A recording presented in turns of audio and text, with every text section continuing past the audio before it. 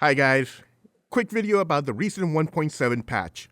I'm not going to talk about all the changes, just the two main ones that affect the guides I have made in the past. The first major one is Gate of Infinity. As I have pointed out in the past, this stratagem turns Bloom Spreader missions, which are supposed to be the hardest mission types in the game, into the easiest walk-in-the-park type missions. You could bypass every single patrol and bloom spawns, teleport your entire squad on top of the tree, and insta-gibbet without even taking a single hit. Well, they nerfed that trick, but not quite in the way I was expecting them to. Gates of Infinity will now drain 1 AP from every person teleported. This does not completely nullify the previously mentioned strategy, but it does make it a little bit more risky. Originally, when you teleported via gates, your entire squad would preserve all their AP. That means with the weakest gear possible, you had 3 attacks per unit at 4 damage each, totaling to 48 damage if no one crits. A Bloom Spreader has around 50-ish health,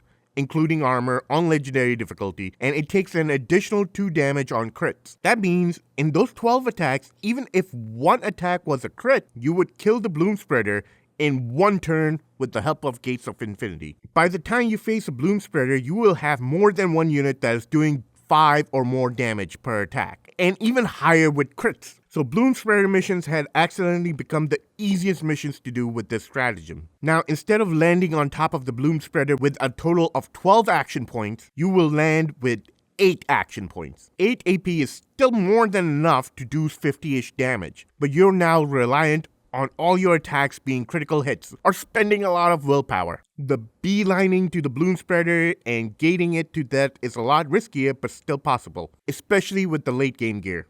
A safer route would be to eliminate the bloom spawns on the way, each of which strips a layer of armor from the main spreader, and thus you'll need fewer action points to kill it. The Rambo build is largely unaffected by this change, and the Juiced Up Interceptor can easily solo the Bloom Spreader because of course he can! There's a reason why I named it the Rambo! The one-turn Purifier build is also not affected by this change, because the Librarian Group Teleport does not remove AP from everyone like the Gates does. You can check out both builds by clicking on the exclamation mark in the top right corner or checking out the description below. The second one I want to talk about is the change to the Plague Squirter Marines. Their AI is a lot hornier now and will aggressively blow their load on your face. Sorry guys, I really tried hard not to make that innuendo, but I am a weak man, and I just could not resist the temptation.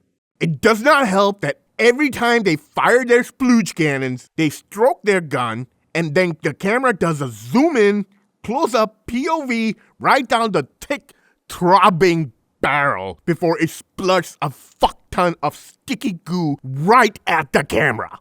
They knew what they were doing.